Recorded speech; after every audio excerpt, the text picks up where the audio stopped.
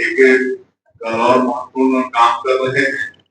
जिस तरह से पहलगाम में जो घटना घटी 22 तारीख को और पाकिस्तानी आतंकवादियों ने हमारी वाहनों का सिंदूर उजाड़ने का काम किया, तो हमारा देश भी हमारे माननीय प्रधानमंत्री जी के मार्गदर्शन में हमारे देश के सैनिकों ने चिन्हित करके जहाँ भी आतंकवादियों के ठिकाने थे उनको ऑपरेशन सिंदूर के माध्यम से ध्वस्त करने का काम किया है।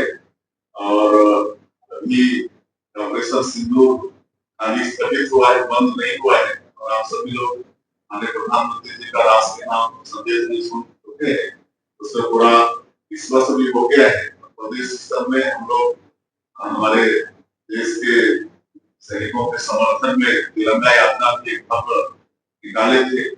8-10 हजार लोग थे, उसको हम लोग नीचे भी ले जा रहे हैं।